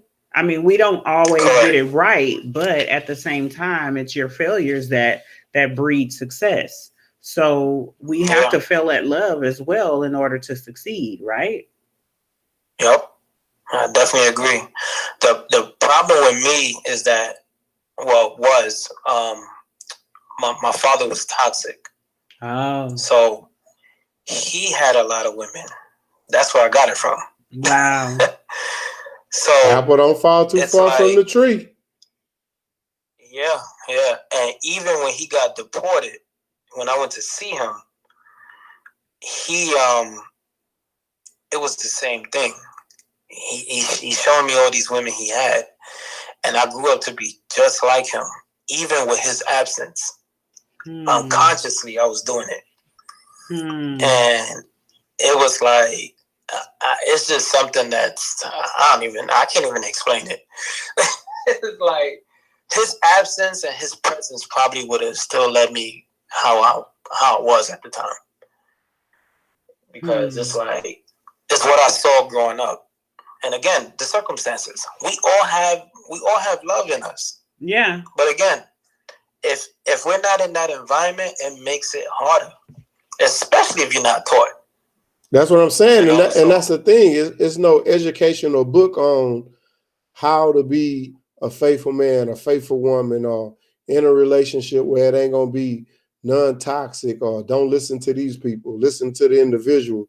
And it's just hard. You got to learn as you go. And then the thing is, if you got the strength to say, you know what, we're going to make each other better. We're going to make each other strong. And we ain't going to listen to the outside realms of the environment, then we can make it. Yeah.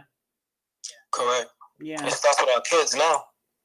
Okay, Yeah. now let me ask you We have this to one. break those generational curses. You can't just allow generational curses or what we've seen perpetuated in our communities to mold us into being that same thing that we saw that we know is toxic. We have to, just like with generational wealth, we have to break those curses. Yep. Now let me ask you this, because we got to move on, because I want to get through these. Okay. Don't compare your dates to your ex. Do you think that's a problem? Hell yeah. Yes, definitely is. Definitely is a problem because you have this expectation on them. Excuse me. One thing I always say is that expectations leads to disappointments, and disappointments leads to arguments. Arguments lead to a breakup. So you don't want to have that expectation. Like, because this what I'm used to. He opened the door for me, or he bought all the food when we went out to eat. So you need to do the same thing when it could be 50-50. We went out to eat Monday. If you want to go out to eat Tuesday, are you going to pay for it? But a lot of guys don't ask that because they don't want the argument. But you would assume and hope that, well, damn, my baby took me out Monday and paid for it. I'm going to take care of it on Tuesday. Right. Yeah. That goes to this one right here. I'm going to get to that. Okay, now look, James. My next one is take things slow. I think a lot of times in our society, we don't know what taking things slow is. It's taking things slow, meaning I'm going to date him for a week before I kiss him. I'm going to date him or him or her for 2 weeks before, I don't know, let him touch my breast. Or I'm going to date him or her for 2 weeks before I let him come in my house. Like, these are the things that's not taught. So we would think it got to be 3 months, 4 months, 5 months. And I always say, which could be negative, is if you meet a guy that's not a virgin, he's not waiting to have sex with you for a month because he's having sex with somebody else in between that time. Is that Well, it true? depends if he really cares for you or not. Okay, well, I'm just saying, bro, that's just my opinion, James. Don't shoot me down. Okay, No, James, I agree with what you're saying, but so do you think a man is capable, because Steve Harvey says put him on a 90-day where you make this man wait? Yeah, right. You make this don't do it, James. You make him wait. He said, hey man, I don't know what you was drinking, but it sounded like you spit it out. You disagree with that. So don't put a man on a 90-day regimen where huh? Hell no. It's not that, like, again, putting that expectation again. Like, you don't want to do that. He's gonna disappoint you. Half of the time, it shouldn't take me 90 days to figure out, if I really want you or not. Like, but I'm not gonna say that we want to put y'all on the 90 days, because most of us women, we want to jump your bones because we know too, like, damn, he could be my husband. I want to attack his ass. Sometimes, we feel the same way. We ain't trying to really wait 90 days, but we just trying to be wait, man. They ladylike. wait. So y'all will think we want. And then when it's a disappointment, they mad at us. No, because we want accountability. Right. Accountability. But here's the thing: like, if we felt like we could be with you guys forever and give it up the first night, we would. But if we give it up on the first night, y'all look at us like we hoes. So we can't technically give it up on the first night. I mean, I think it depends on the individual. I used to have that mindset, but which mindset was that if they give it up on the first night, they're a hoe? Yeah, I don't think. Hey, James. You answered that perfectly, man, because you hesitated. You was like, yeah, but you ain't want to actually say it, but you kind of. So what's the happy medium for a woman who wants to jump your bones but wants to be a lady in your eyes as well? What does she do? Does she wait 90 days? Does she wait 30 days? Does if you wait 90 days, shit, I'm gonna make sure I'm gonna get fulfilled within them 90 days, but I still want to be with you. Shit. James say what? He say shit. James, you was celibate. You was selling a bit, or was you celibate? What you doing? James. Hey, hold on. We got to move on. We got to move on. So no, okay. I need the question. What's the happy medium? Because I'm trying to get chose. So am I waiting or am I giving it up? What we doing, James? You definitely want to wait so you can see your character. For how long? That's what I say. She say for how long? Because we girls, we have needs too. I can wait. I don't like putting time frames on it because if I say 30 days and you wait the 30th day and still nothing goes on, then you could leave, you could mess up, you could miss your blessing just because you have this 30-day rule. So I don't want to put time. What is a happy medium for you fellas to not feel like she a hoe and she marriage material? We don't know. What's because good? If that individual is not a virgin, he don't know. He may smell the perfume. But anyway, one of our viewers said, but what if you don't want sex within the first 90 days though? My thing is, if you don't want the sex and he do one in the 30 days, first off, the man got to be a gentleman. So in the first 5 days, he can't be expecting sex. If he expecting sex, if it ain't good, he gone. Or you got to make him like, damn, I wonder if it's going to be good. He anticipating. I'm going to stay with her. I'm going to wait. But when you're talking about 90 days, how many months that is? 3 months? And he in a virgin? It ain't happening. Moving on. Okay. Set realistic expectations. Set realistic expectations. So yeah. So then set the expectation of the sex being good and we're going to have it in the first 30 days. No, you said 90 at first. You went to 30. Damn, like subtracting. No, it's gonna be great. Hey, I can't speak for all guys and just my opinion. Ladies, if you're trying to make a man wait 90 days, it ain't gonna work out for you. That's just my opinion.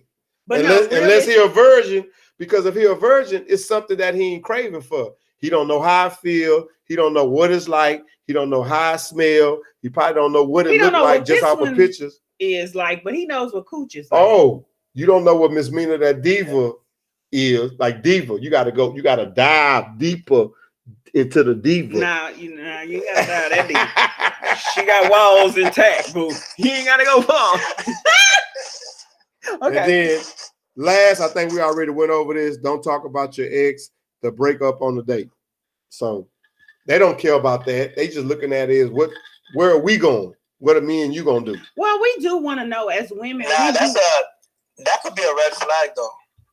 We want to know like what happened, not the whole story. We so you want to do the same thing. Maybe it's because just keep it brief. Like touch on it. But if every time you turn around you talking about your ex, then we know your ass ain't got over that shit. Because I ain't talking about my damn ex. I don't give a damn. Now look, James, this is how we normally close out, man. We give our final thoughts. No, we normally talk about the things that we got off the social media page. You probably seen some of these things on the page that me and you are part of, and then we give our closing thoughts. So with this being said, the first one is, do women ever evaluate her own inner wife qualities, or does she feel she is entitled to a good man because she is that woman?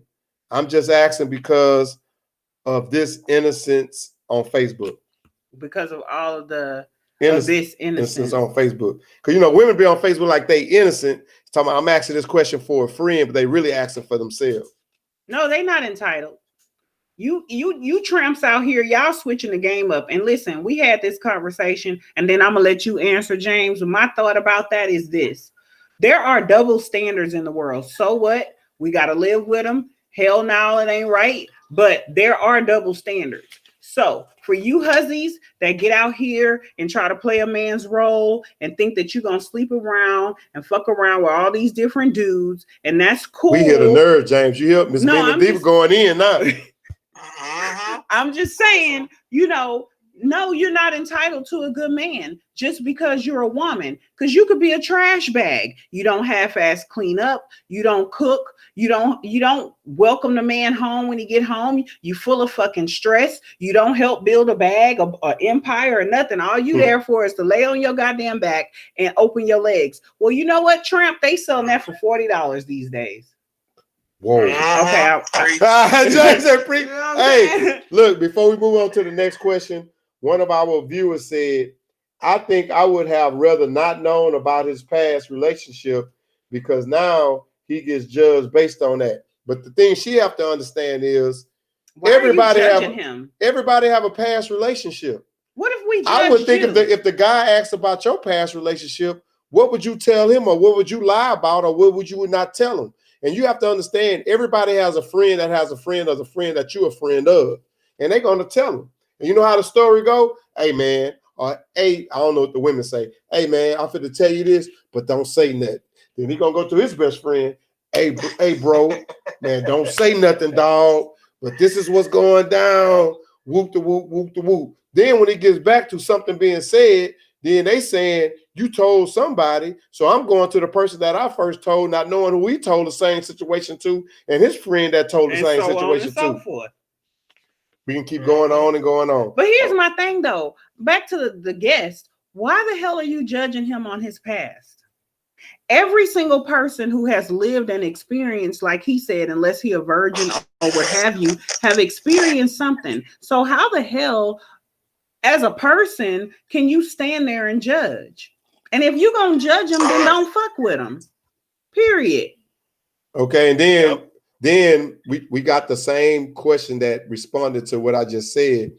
And they said, so if they ask about the past relationship, should we tell? Well, my thing is, honesty is everything, but you ain't got to tell everything. Everything. Because some of the things is not your business. You ain't got to know if, and I'm just using this as an example, I ain't saying all men do this, but you ain't got to say if the dude or the woman put their hands on me.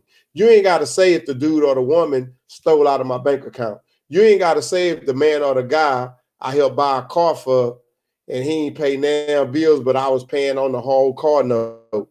It's just some things that you don't have to tell. The thing is, there was a bad relationship. I really did care for the dude. I loved him, or the female. I loved him. I'm not in love with them. Same page. But we weren't on the same page, and I had to move on. So with that being said, I would hope that you would be a better individual, not to put me through the same bullshit that he or she put me through. Right. And then you don't have to give all of that so that person doesn't know the playbook. You see what I'm saying, Jane? We ain't got to lay on your goddamn couch for no counseling. We ain't got to lay on your couch. You do it right here, Okay, what's the next one? Okay, the next one is. We got everything down pat. No, we don't, brother, because you're going to still educate me. The next one is name non-sexual things that turns you on. Ooh, yeah. I like a good booty squeeze. Is that is that sexual? Oh, okay. I like cologne. Ooh, a good smelling man. Oh my God. Get your panties wet. James, hey, you can't leave you out, brother. I'm a father. I'm the anchor. What you got? Shit. Oh right? Man, it ain't nothing that turns you on. Then shit, you thinking too long. Nah. I mean, it's a lot. Her mind, her smell, and the way she dressed. Mm-hmm. Okay, my thing and the way is them hip switch, huh? When they walk and they twist. My thing is to pass me by when she naked and she putting her ass in my face. That's sexual. Hello. They said snap out of it. Snap out of it. Anything besides that? Hey, coming in the house. You see, that's why his name is the way it is. Yeah. Right? He can't coming in the house, ain't no clothes on, cooking. That's my shit. No clothes on. Everything sexual. Okay, but that ain't sexual. It's just visual. Oh God.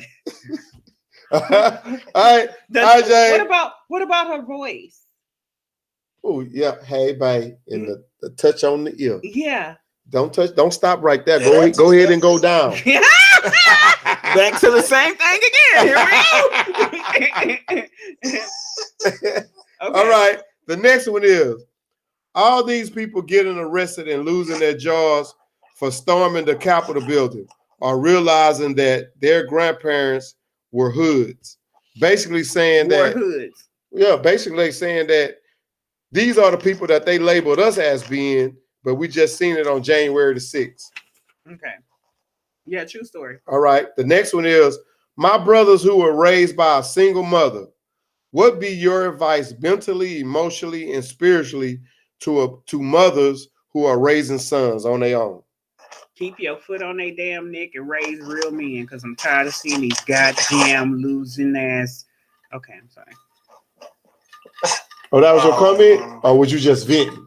Because we want to hear your actual comment, or were you just venting right now? Well, I raised 3 boys. I know you did. Okay, so. But this is my thing. I'm getting tired of the parents saying that their kids was a good boy, whatever the case may be. And I'm not advertising that if a kid got shot, that it was justifiable, but you know who your kid is. If you kept going to the school about your kid being a badass, you already knew the line in the aisle that he was walking down. If the police officers kept coming into your neighborhood because your kid was known and labeled as a neighborhood gangbanger, known for guns, you know who your kid is. I'm pretty sure that you didn't walk in your kid's bedroom and you seen a gun or you smelled marijuana, you know who your kid is. So my thing is, know your kids, question and ask questions. And a lot of times with parents, male and female, they feel, well, when they get 18, they're a grown man or a grown woman. Well, goddamn it, if they grown, why they still in your fucking house? Why are you still paying for their cell phone bill? Why every time when they go to jail, they calling you to get them out? If they gonna be grown, label them as being grown, label them as dealing with the situations that they getting themselves into. Because the thing is, I ain't got it. What's your point, James? Damn, James got quiet on that one. Emotionally, mentally, and spiritually to mothers who he are said, hold up. I'm still talking, my bad. He said, hold up. I agree, but most of all, accountability. Yeah. Some of these parents have to take accountability for themselves. Right. You know, you can't be out here blaming a child for everything. You raised them. Yeah. You can't. And you birthed them. You can't really place the blame on a child 100%. You could be the mastermind, you know, and these kids don't even know it. Yeah. You know, you gotta ask, why is this individual the way he is? Now, you don't want to always look back at the parents, not always their fault, but again, it could be society. Well, here's my thing. But see, but I can't blame it on society. Right, because if you allow society to raise your kids, that's your fault. Exactly. So here's my thing. Again, I raised my kids under the old law, the 1970s law, the ones where we grew up in, because I'm a 70s baby. Mm-hmm. That's how I raised my kids. Hell no, I'm not your friend. Yeah, that's the Al Green era though. So you feel me? It was nothing but love music out there and everything. True story, but also you will get a backhand quick. You're not gonna disrespect me. I'm not your damn friend. I'm your mama, and I feed you, and I brought your ass in this world, and I will take your ass out. That's what my mama used to always say. And that's on what? Mary Had a Little Lamb. Okay. And last but not least, and I think this is the best question before we get off the air, and give our props out to our supporters and our sponsors.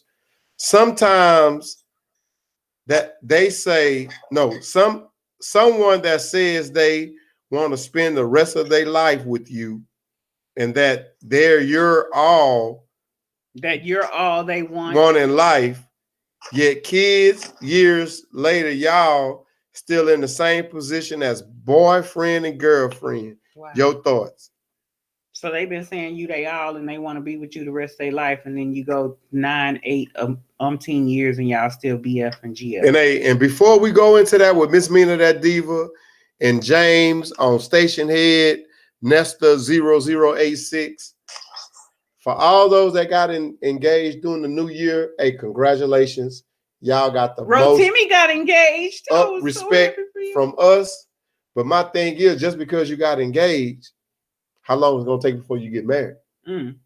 Because you could have been with an individual for 5 years, and it took 5 years for him or she to finally say, let's get engaged.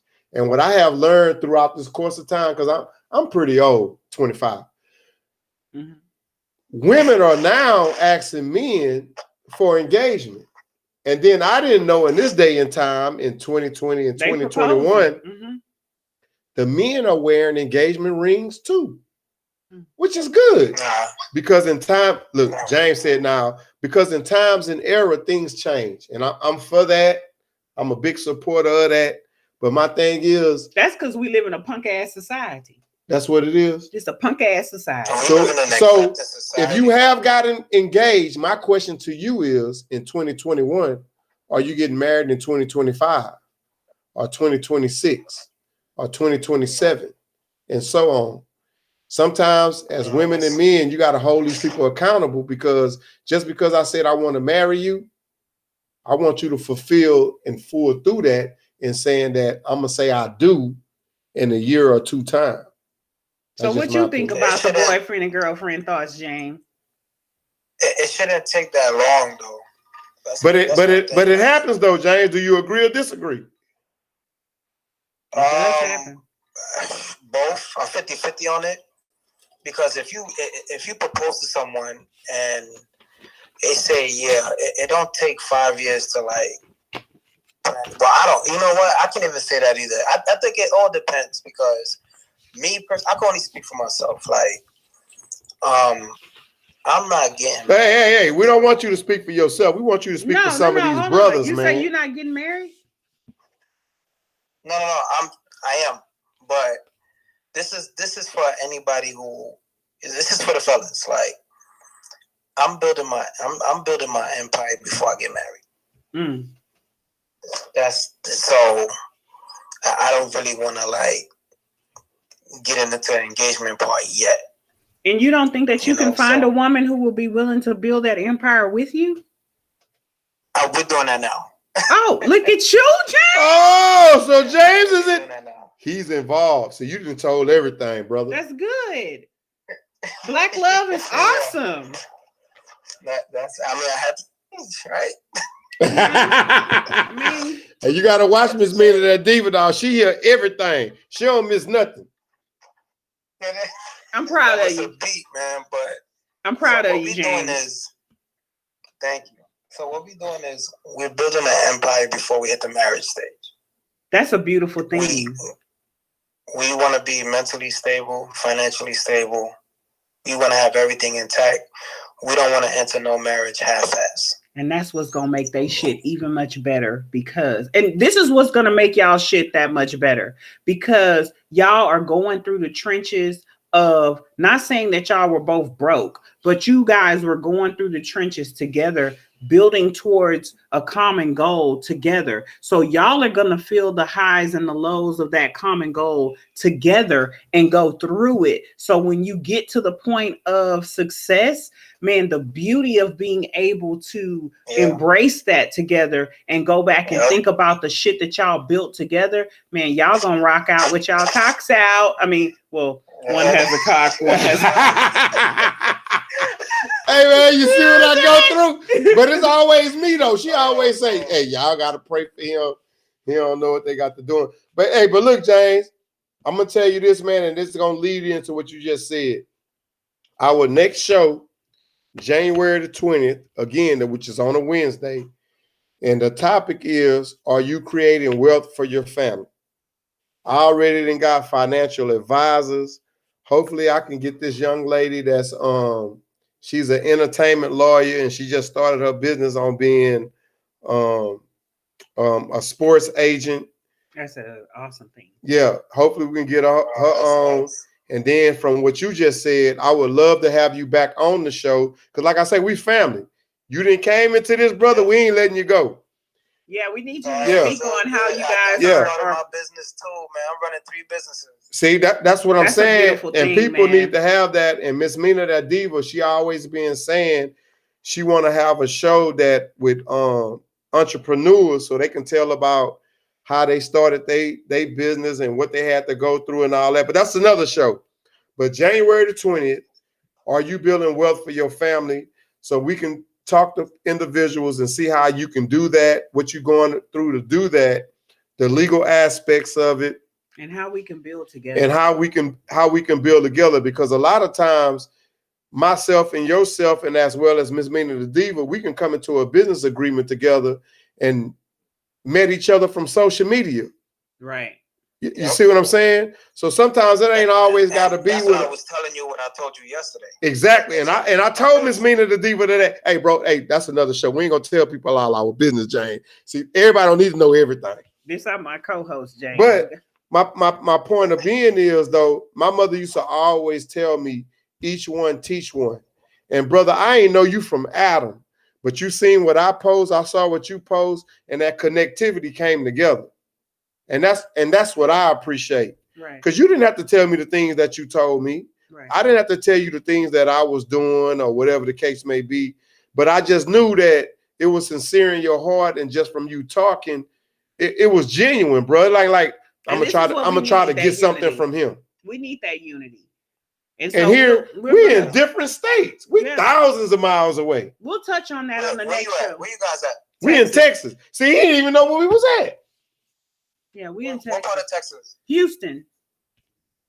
Oh, I used to live out there in the early 90s. You probably was doing something you wasn't supposed to be doing in the early 90s. It's good. I used to live in Gesner in Bel Air. Oh yeah, you was in the South. He was in Houston. He was in the hood. No, I'm just Southside, yeah. Nah, but hey, that's right there. That's a whole different story, man. But again, I appreciate you coming on our show, and we're gonna close this out. I want you to any closing thoughts that you have before we go? Just keep up the good work, man. Like, this is definitely a positive platform. We have to educate ourselves and each other.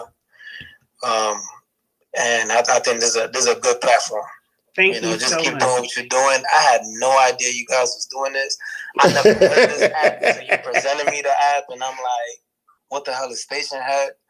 And I'm like, it's cool, but you see how far it gets us when we put out this energy.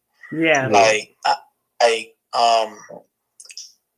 was in the same Facebook group, right? Yeah. Okay, so I'm admin in that group. So what I do, I go live, and I speak about these things. So when I saw your post, I'm like, I automatically thought about my podcast. I didn't say anything though, because I'm like, well, I don't know if he's talking to women only, but it's like the connection. So we got to keep putting this information out. Right. Because it could change a lot of people. It has been changing lives, and that's our whole purpose of doing it. I put myself out there. I don't care about being judged. I say that all the time. I don't give a damn what these people think about me, but I'm going to be raw and I'm going to be authentic, because maybe my experience in life can help someone else. And then, what's crazy about that though? And like me and James, we talked about that. His following is huge. And then like how you just said, we not worrying about what people think or how they judge us. But like James, he can attest to it. Man, this dude got people from China, England, London listening to our shows, because the things that we go to in the States, people go through the same shit outside of. Absolutely. People are just where we at.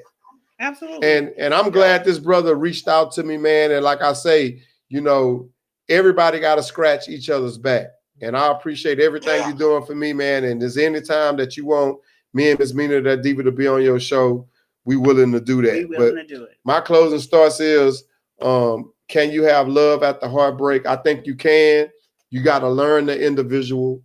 You got to be able to speak to the individual, and they got to be open to the conversation. If they're avoiding the conversation, they have things that they are hiding and the things that they are continuing to do that ain't gonna work out for you. And that's just my opinion. You have any closing thoughts? Go ahead. Wait, my bad. Let me answer that question real quick because I didn't even answer it. So I believe you can find love after a heartbreak. First things first, you got to be real with yourself before you could be real with anybody else. And again, the singleness. Your relationship with other people is only as strong as the relationship you have with yourself. So you got to make sure you have that intact. And again, once you build that foundation on singleness, then things will look a lot better for you in the future. So yeah. My closing thoughts are, listen, women have been hurt and broken. Men have been hurt and broken. And regardless, love still prevails. And love conquers all. So don't be afraid of love. You know what I mean? If you're broken and I'm broken, let's heal together.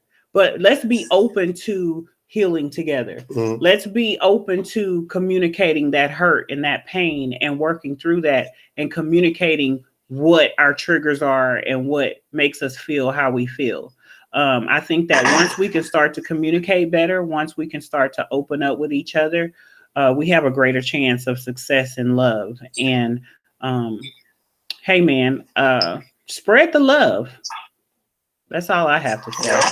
Well, with that being said, we're closing out. This show has been brought to you by the Upper Room Podcast Show, which you can find us on Facebook, Instagram, and YouTube. I am Zeke, the 5 Foot Freak, with my co-host Miss Mina that diva. We want to give a few shout outs. And we're going to give our shout outs to Bench Bullion, Busy Bee Cab Stand, which is located in Galveston, Texas. Element 7 Salon, which is located in League City, Texas. Fortray Photography, Jacquez Chicken and Waffles, which is located in Dickinson, Texas. Y'all seen the commercial tonight that was provided to you all by the legend, by the legend, who is one of our co-hosts on the Upper Room Podcast Show. Maduro Cigar Lounge, which is another supporter that's of our podcast show. Myself, Miss Mina that Diva had our mixer up there, and we're gonna bring some more mixers to y'all. We just monitoring what's going on in our society with that COVID-19. Mixer went very well. We got a lot of good feedback. We got a lot of guests that showed up to the mixer. It was great. So you tell them about the giveaways that we had? We did give away gifts to some of our guests. We look forward to seeing some of you who have already chimed in. The next mixer is already booked. Thank God. And it's getting traction. So if you want to be a guest on the next mixer, hit us up in our DM. We'll get back at you. And as well as email us at the upperroom409@gmail.com. Miss Mina that Diva also has her own page. You want to give them your page? Miss Mina that Diva. Miss Mina that Diva. So you can DM her, and whatever the case may be, to come to that. Meek Smells That Sells. That's a Scentsy product. You can follow her also on Stationhead. She's a big supporter of ours. National Scouting Service, NBA Kennels. If you're looking for exotic pets, be sure to look for them on Instagram. Mm-hmm. Picture Perfect Photography, Tom Monopoly Personal Chef. If you're trying to lose weight, trying to eat healthy, be sure you follow him on Facebook. He is a celebrity chef, and he is a celebrity chef. He did a lot of professional athletes. He's well known, so follow him. Great chef. And with that being said, Eugene B Productions. Also, Speaking Bullets. Also, She's Making Sweets. We have Essential Hands Cleaning Services and Dished by Kim. Heavy Duty Cutie Creations. And we have lots and lots of entrepreneurs. We do support our entrepreneurs. If you know an entrepreneur would like to give them a shout out on the show, please DM us. We like to support those who are out here doing their thing. Y'all keep doing what y'all do. We love y'all people. And that's what we're about. Now, the people that you just named, where can they find them at, though? You can find She's Making Sweets. All of those individuals that I just named, you can find them on Instagram or Facebook. Look them up. They are entrepreneurs doing their thing. Most of these people are Black-owned businesses, so spread the love, people. And that's what we're about. But again, I'm Zeke the 5 Foot Freak with my co-host, Miss Mina that Diva. And we really appreciate James Taylor. Follow him on Facebook. He's also on Stationhead at Nesta 0086. And we also had another guest, Miss Chocolate Delight. Follow her also on Stationhead. This is our show tonight. Tune back in on January the 20th, and we're going to be talking about, are you creating wealth for your family? We're going to have some special guests on now. You need to tune in, and that's our show. Good night. Good night.